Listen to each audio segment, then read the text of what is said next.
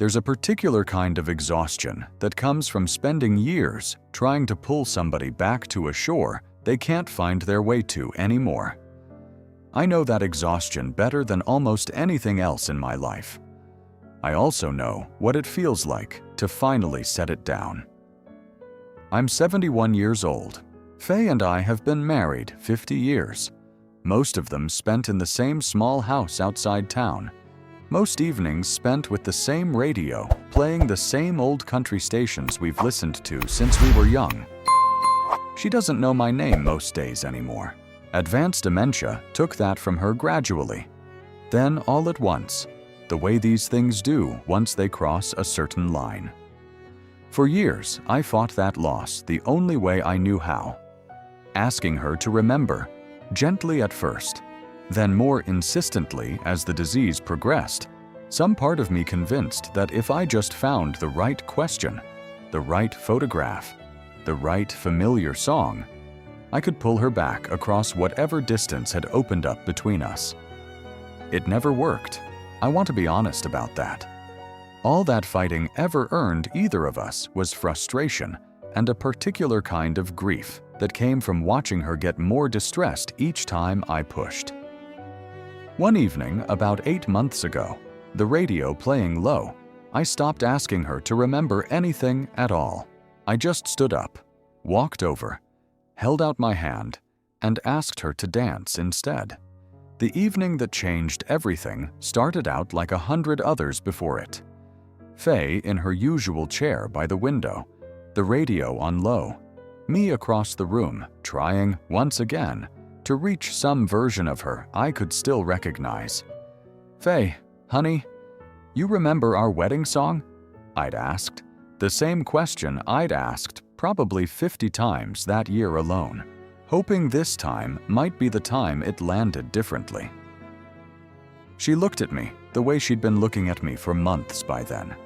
Polite, a little wary, the specific blankness of someone being asked to solve a puzzle they no longer have the pieces for. "I'm sorry," she said quietly. "I don't know that one." Something in me finally just gave out that night. Not dramatically. No shouting, no tears. Just a quiet, total exhaustion with a fight I'd been losing for 11 years and refusing to admit I couldn't win.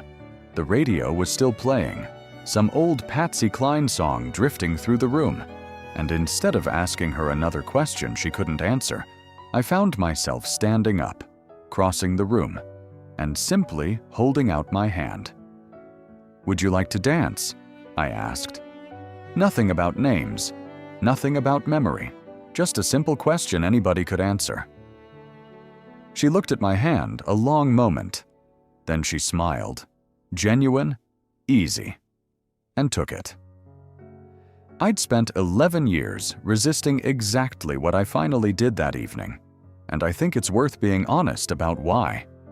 Somewhere deep in me, giving up on the correcting felt like giving up on Faye herself, like accepting the disease's version of things instead of fighting for the woman I'd married 50 years back.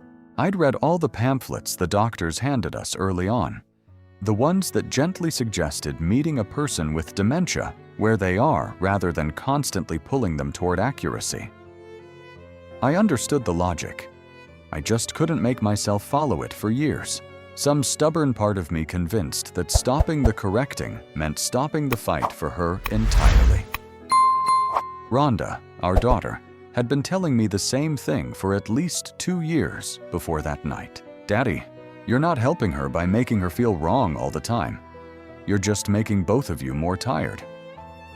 I'd nodded along every time she said it, and kept right on asking Faye the same questions anyway. Some old belief that love meant refusing to accept the loss running deeper in me than any pamphlet or gentle daughterly advice could reach. It took hitting my own wall of exhaustion that particular evening, standing there with a radio playing and nothing left in me to keep fighting, before I finally understood what everyone had been trying to tell me all along. We danced in that living room for almost 20 minutes that first night.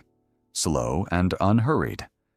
Faye's hand steady in mine, her body remembering rhythms her mind couldn't have explained if I'd asked her to. I didn't say a word about our wedding, our 50 years, anything from the past at all.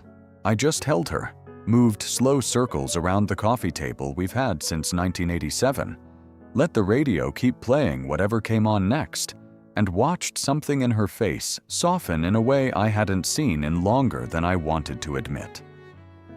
She hummed along to part of a song near the end. Not the words, just the melody.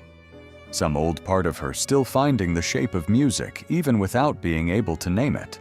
I felt tears coming and let them. Quiet. Not wanting to interrupt whatever peace had settled over the room. When the song ended, she looked up at me, still smiling, and said, "That was nice." Not my name. Not any acknowledgement of who I was to her specifically. Just simple, genuine pleasure in a moment that had asked nothing of her, except to be present in it. I held on to that. It was more than I'd gotten from any of my careful, insistent questions in years. Faye's decline had been slow and merciless in the way this disease usually is. Small losses stacking up over 11 years until you almost stop noticing individual ones and just feel the accumulated weight instead. She stopped driving in 2018, stopped cooking safely around 2020, stopped remembering Rhonda's name entirely by 2023. A loss that hit our daughter harder than either of us expected, even after years of watching it coming. Our church had been a real support through all of it. Meal trains during the hardest stretches, men from my Sunday school class who'd come sit with me some evenings, just so I wasn't carrying the isolation alone. Alongside everything else, Rhonda visited weekly, watching her mother slip further away a little more each time, grieving in her own way while still showing up faithfully. She's the one who first suggested, gently, that I stop correcting Faye so hard. A suggestion I resisted for longer than I'm proud of. Some stubborn conviction that giving up the fight meant giving up on my wife entirely. 50 years of marriage had built something between Faye and me, deep enough to survive even this. I just hadn't figured out yet, for most of those 11 hard years, what surviving it was actually supposed to look like. The dancing became a nightly thing after that first evening, almost without either of us deciding it consciously. 6:30 most evenings, radio on. The same slow circle around the same coffee table, Faye's hand finding mine with an ease that seemed to bypass whatever part of her brain the disease had damaged most. Rhonda came by one Tuesday evening and caught us mid-dance, standing in the doorway a long moment before either of us noticed her there. She told me later she'd cried in her car afterward, watching something she hadn't seen from her parents in years. Real, uncomplicated tenderness, unburdened by the tension that used to fill our house during my failed attempts to correct her mother back to accuracy. I stopped asking Faye questions about our past almost entirely after that first dance. I still tell her stories sometimes, unprompted, not expecting recognition, just sharing memories out loud the way you might read a book aloud to someone, for the pleasure of the telling itself rather than any test of what she retained. She doesn't always dance willingly some evenings. Some nights she's more agitated, harder to reach even through the music. I've learned to accept those nights too, without forcing it, understanding now that presence doesn't require perfect consistency to still count as real. It was maybe 2 months into our new nightly ritual when I understood what dancing had actually given back to both of us, something deeper than I'd expected from what started as simple exhaustion giving out. We were dancing to an old Ray Price song, Faye's eyes half closed, humming that same wordless melody she often does now, when she suddenly looked up at me, really looked, clear in a way that still catches me off guard when it happens, and said, "You always were a good dancer, Curtis." My name. The first time she'd said it unprompted in over a year. I didn't push for more. I didn't ask if she remembered our wedding, our 50 years, anything else. I just held her a little closer and said, "You always made me look better than I actually was, darlin'." She laughed at that. A real laugh, familiar in a way that undid something in my chest. And then the moment passed, soft as it came, and she drifted back to wherever she mostly lives now. But I'd had it. My name, spoken freely, in the middle of a dance that had asked nothing of her memory to happen. I understood then what I'd stumbled into by giving up the fight to make her remember. The dancing hadn't brought Faye back to me by force.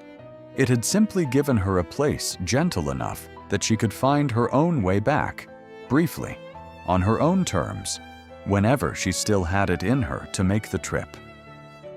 I spent 11 years believing that loving Faye well meant fighting constantly against what the disease was taking from her, correcting, reminding, insisting on accuracy, like accuracy itself was the thing keeping our marriage alive.